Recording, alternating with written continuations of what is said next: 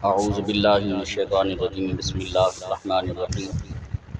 هو الاول والآخر والظاہر والباطن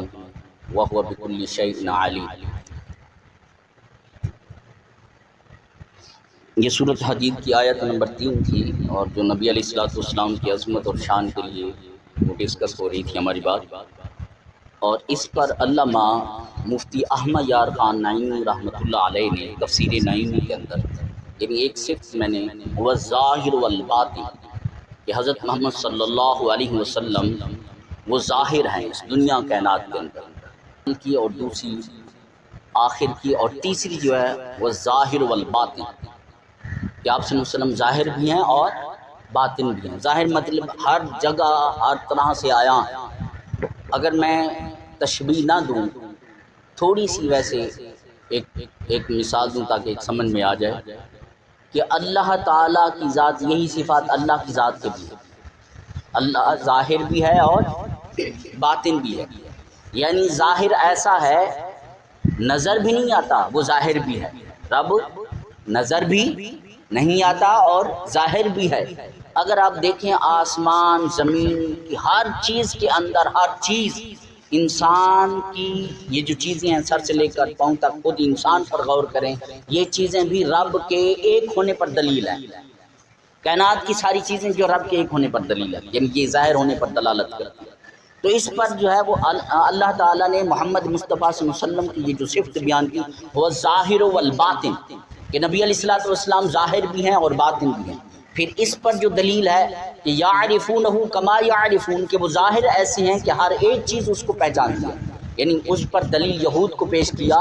کہ یہود بھی ایسے پہچانتے تھے نبی علیہ الصلوۃ والسلام کی ذات کو کہ جیسے وہ اپنے بیٹے کو پہچانتے تھے، لیکن وہ کہتے ہیں کہ فقط انسان نہیں پہچانتے تھے محمد مصطفیٰ صلی اللہ علیہ وسلم کی ذات کو، دنیا کائنات کی ہر چیز کے اندر محمد مصطفیٰ صلی اللہ علیہ وسلم ظاہر ہیں، اور محمد مصطفیٰ صلی اللہ علیہ وسلم کو ہر چیز پہچانتی ہے انسانوں سے ہٹ کر۔ اگر میں انسانوں سے ہٹ کر بات کروں کہ آسمان کی بات کروں کہ آسمان پر بھی چیزیں محمد مصطفیٰ صلی اللہ علیہ وسلم کو پہچانتی ہیں۔ جب یہ حضرت انس رضی اللہ تعالی عنہ وہ فرماتے ہیں، یہ بخاری شریف کی حدیث ہے کہ مشرکین مکہ نے جب مطالبہ کر دیا، انہوں نے کہا حضرت محمد مصطفیٰ صلی اللہ علیہ وسلم معاذ جادوگر ہیں، یہ جادو کے ساتھ لوگوں کو اپنی طرف اٹریکٹ کرتے ہیں، یہ قائل کرتے ہیں اور مائل کرتے ہیں، اور جو بھی ان کو دیکھ لیتا ہے وہ انہی کا دیوانہ بن جاتا ہے، وہ انہی پر قربان ہو جاتا ہے، وہ اپنی جان نثاری انہی پر کرتا ہے۔ لہٰذا وہ کہا کرتے تھے کہ آپ ان سے بچ کر رہا کریں۔ آپ نے یہ بھی سنا ہوگا کہ ایک بڑھیا تھی، وہ جب جا رہی تھی تو کسی نے پوچھا کہ آپ کہاں جا رہی ہیں؟ انہوں نے کہا کہ ایک شخص آیا ہوا ہے یہاں، اس کا نام محمد ہے، جو شخص اس کو دیکھ لیتا ہے اور وہ اس کا دیوانہ بن جاتا ہے۔ آپ علیہ الصلوۃ والسلام وہ خود تھے، آپ نے ان کی گٹھڑی پکڑی، آپ نے کہا اچھا آپ اس طرح کریں، میں آپ کے ساتھ چلتا ہوں، وہ گٹھڑی آپ کو وہاں بڑھیا ہے، میں آپ کو اپنی منزل تک پہنچا دیتا ہوں۔ جب وہاں پہنچایا تو پھر جب آپ علیہ الصلوۃ والسلام نے پوچھا کہ اس شخص سے کیوں بھاگ رہی ہیں، کیوں دور جا رہی ہیں، وہ شخص کون ہے، کیا نام ہے؟ اس نے کہا ان کا نام محمد ہے۔ آپ علیہ الصلوۃ والسلام نے فرمایا وہی محمد تو میں ہوں۔ جب یہ کہنے کی دیر تھی اس بڑھیا نے اسلام قبول کر لیا تھا۔ یہ پہچان مصطفیٰ تھی، یہ اخلاق مصطفیٰ تھا، یہ محمد مصطفیٰ صلی اللہ علیہ وسلم کی پہچان تھی کہ آپ نے ان کو دیکھا، ان کے اخلاق کو دیکھا اور اسلام قبول کر لیا۔ تو میں یہ کہہ رہا تھا کہ آسمان انہوں نے جب دیکھا کہ آپ علیہ الصلوۃ والسلام کو جو دیکھتا ہے قریب جاتا ہے وہ مسلمان ہو جاتا ہے، لہٰذا ان کا جادو چلتا ہے زمین پر، ہم آسمان کی بات کرتے ہیں۔ انہوں نے کہا مشرکین مکہ نے جب مطالبہ کیا آسمان کا کہ آپ ہمیں آسمان پر کچھ چیز دکھائیں، تو حضرت انس رضی اللہ تعالیٰ عنہ فرماتے ہیں کہ آپ علیہ الصلوۃ والسلام نے آسمان کی طرف، چاند کی طرف یہ انگلی کا اشارہ کیا، چاند کی طرف دیکھا، آپ علیہ الصلوۃ والسلام نے ایسے چاند کی طرف نظر بھری، تک کر دیکھا، جب تک کر دیکھا تو چاند کے 2 ٹکڑے ہو گئے۔ یعنی آسمان کی طرف دیکھنا ہو یا آسمان کی طرف آپ انگلی کا اشارہ کرتے تھے، چاند کے 2 ٹکڑے ہو گئے تھے۔ فرماتے ہیں کہ ایک ٹکڑا پہاڑ پر رہا، ایک پہاڑ کے پیچھے چلا گیا۔ یہ محمد مصطفیٰ صلی اللہ علیہ وسلم کو آسمان پر چاند بھی پہچانتا تھا، اور اسے پتا تھا یہ محمد مصطفیٰ صلی اللہ علیہ وسلم انگلی کا اشارہ کر رہے ہیں اور محمد مصطفیٰ مجھے تک رہے ہیں، یہ اپنی نبوت کی دلیل پیش کر رہے ہیں، تو اس کے بھی 2 ٹکڑے ہو گئے تھے تاکہ مشرکین مان سکیں کہ یہ جادوگر نہیں، یہ خدا کا بھیجا ہوا محمد مصطفیٰ صلی اللہ علیہ وسلم، یہ پیغمبر ہیں، یہ نبی ہیں۔ یعنی یہ پہچان تھی، یعنی آسمان پر چیزوں کی بھی، آسمان پر چیزیں بھی پہچان تھی۔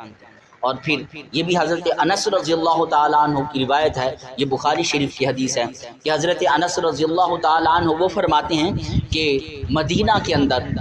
قحط پڑ گیا تھا، بارش نہیں آ رہی تھی، خشک سالی تھی، قحط تھا۔ تو ایک شخص جمعہ کے دن، آپ علیہ الصلوۃ والسلام جمعہ کے دن منبر پر خطبہ ارشاد فرما رہے تھے، اور وہاں ایک شخص کھڑا ہوا اور عرض کرنے لگا، آقا قحط سالی ہو گئی، بارش نہیں ہو رہی، آپ دعا کریں کہ بارش ہو جائے۔ آپ علیہ الصلوۃ والسلام نے، اور وہاں جمعہ خطبہ کے دوران وہ شخص جو کھڑا ہوا اعرابی شخص تھا،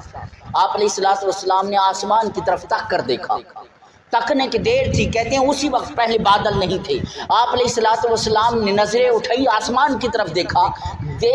اور اسی وقت بادل آ گئے تھے اور برسنا شروع کیا۔ کہتے ہیں جمعے کے بعد جو اس وقت برسنا شروع کیا، اور پھر اگلے جمعہ تک بارش ہوتی رہی، اتنا پانی ہو گیا تھا کہ مدینہ کی گلیاں بھر گئی تھیں۔ اور پھر وہی شخص یا کوئی دوسرا شخص پھر دوسرا جمعہ پھر کھڑا ہو گیا، عرض کرنے لگے، آقا اب تو گلیاں بھر گئی ہیں، پانی بہت زیادہ ہو گیا، مکان گرنے لگے ہیں۔ پھر آپ علیہ الصلوۃ والسلام مسکرائے اور مسکرا پڑے، یعنی مسکرانے کی بھی ایک حکمت تھی اس وقت تو بارش، یعنی میرا ایک اندازہ ہے کہ وہ حکمت تو رب ہی جانتا ہے، کہ یہ اندازہ یہ ہے کہ اس وقت تو کہتا تھا کہ بارش نہیں آتی، قحط سالی ہو رہی ہے، اب بارش کے لیے روکنے کی دعا مانگتا ہے کہ بارش اتنی ہو گئی ہے۔ پھر آپ علیہ الصلوۃ والسلام نے انگلی کا اشارہ کیا، ایسے آسمان کی طرف اشارہ کیا، ہوا لینا ولا علینا، آپ علیہ الصلوۃ والسلام نے فرمایا اے بادلو، اشارہ بادلوں کی طرف تھا، ہوا لینا ولا علینا، اے بادلو اگر برسنا بھی ہے مدینہ کے ارد گرد برسیں، ولا علینا ہم پر نہ برسیں۔ کہتے ہیں کہ اسی وقت وہ بادل ہٹ گئے اور مدینہ کے آس پاس برستے رہے، لیکن مدینہ پر نہیں برسے تھے۔ یہ محمد مصطفیٰ صلی اللہ علیہ وسلم کی وہ پہچان ہے جو آسمان پر بادل بھی پہچانتے تھے کہ محمد مصطفیٰ صلی اللہ علیہ وسلم نے ہمیں تکا ہے، ہمیں حکم ہوا ہے۔ یہ محمد مصطفیٰ صلی اللہ علیہ وسلم کی خواہش ہے۔ اگر اللہ تعالیٰ فقط محمد مصطفیٰ مدینے میں اگر دل میں یہ خواہش کریں تحویل قبلہ کی، تو رب تعالیٰ فرماتا ہے قد نرا تقلب وجہک فی السماء، اے حبیب مکرم ہم آپ کا چہرہ تک رہے ہیں کہ آپ اٹھا رہے ہیں، دل کی خواہش کے مطابق قبلہ چینج کر دیتا ہے۔ تو بادل کی کیا مجال کہ بادل کی طرف دیکھیں اور بادل نہ برسے، محمد مصطفیٰ صلی اللہ علیہ وسلم کی طرف خدا دل کی خواہش پر قبلہ بدل دیتا ہے، تو محمد مصطفیٰ بادل کو دیکھیں تو بادل کی کیا ضرورت وہ بارش نہ برسائے، یہ وہ بادل بارش برساتا ہے۔ پھر ایک آخری حدیث میں پیش کر رہا ہوں، حضرت اسماء بنت امیس رضی اللہ تعالی عنہ فرماتی ہیں، حضرت اسماء بنت امیس وہ فرماتی ہیں کہ نبی علیہ الصلوۃ والسلام حضرت علی کی گود میں سر رکھ کے سوئے ہوئے تھے، اور اس وقت وحی نازل ہو رہی تھی۔ یہ حضرت اسماء بنت خمیس رضی اللہ تعالیٰ عنہ فرماتی ہیں کہ آپ علیہ الصلوۃ والسلام کا سر حضرت علی کی گود میں تھا اور وہی رب کی وحی نازل ہو رہی تھی۔ یعنی اب یہاں ذرا غور کیجیے، یعنی گود علی ہے اور سر مصطفیٰ ہے، جو اتر رہی ہے وہ رب کی وحی ہے، یعنی رب کی وحی حضرت محمد مصطفیٰ پر اتر رہی ہے، اور گود حضرت علی کی ہے، اور سورج غروب ہو رہا ہے، وقت عصر ہے، نماز عصر کا وقت ہے، اور نماز عصر کے وقت وہ سورج غروب ہو رہا تھا۔ حضرت اسماء بنت امیس رضی اللہ تعالیٰ عنہ فرماتی ہیں میں نے دیکھا سورج غروب ہو چکا تھا، اور جب سورج غروب ہو چکا تھا نماز عصر حضرت علی کی رہ گئی، تو آپ علیہ الصلوۃ والسلام نے جب دیکھا کہ سورج غروب ہو گیا، پھر آپ نے سورج کی کہتے ہیں اشارہ، ایک حدیث میں آتا ہے کہ اشارہ کیا، ایسے ہاتھ ڈالا، ایسے اشارہ کیا اور پیچھے کھینچا، کہتے ہیں ایسے جیسے سورج ایسے پلٹا جیسے کسی نے رسیاں ڈال کر اس کو کھینچی، اور وہ واپس اپنے مقام پر پلٹا اور حضرت علی نے نماز عصر ادا کی۔ یعنی یہ سورج جو ڈوبا، حضرت اسماء بنت امیس فرماتی ہیں کہ میں نے دیکھا سورج ڈوبا ہوا بھی اور ڈوب کر پلٹا، یعنی پھر طلوع ہوا، پھر غروب ہوا، میں نے کہتی ہے میں نے یہ سارا منظر دیکھا۔ اور حضرت علی کو نبی علیہ الصلوۃ والسلام نے فرمایا کہ حضرت علی مالک کی دعا، رب کی بارگاہ میں دعا کی کہ حضرت علی بھی آپ کی اطاعت میں تھے، میں بھی تیری اطاعت میں تھا۔ محمد مصطفیٰ رب کی اطاعت میں اس لیے تھے کہ رب کی وحی نازل ہو رہی تھی، اور حضرت علی محمد مصطفیٰ کی ذات میں سے تھے کہ وہ گود میں سر رکھا ہوا تھا، وہ بے ادبی سمجھتے تھے اٹھائیں۔ دیکھیں ایک طرف نماز تھی، ایک محمد مصطفیٰ کا سر تھا۔ اگر میں یہ چاہتا ہوں کہ نماز رب کا حکم پہلے ہے،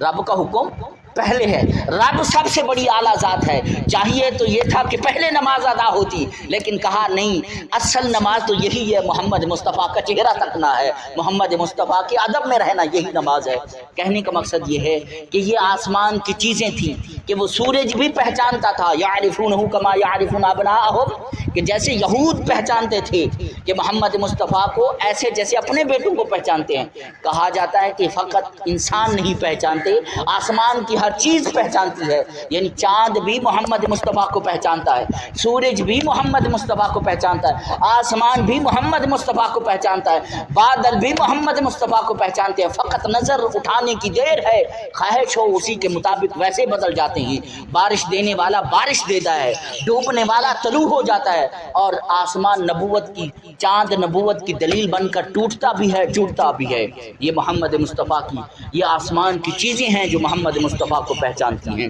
والسلام۔ کہ آپ اس چینل کو سبسکرائب کریں، لائک کریں اور شیئر کریں تاکہ آنے والی ہر ویڈیو آپ تک پہنچ سکے۔ والسلام۔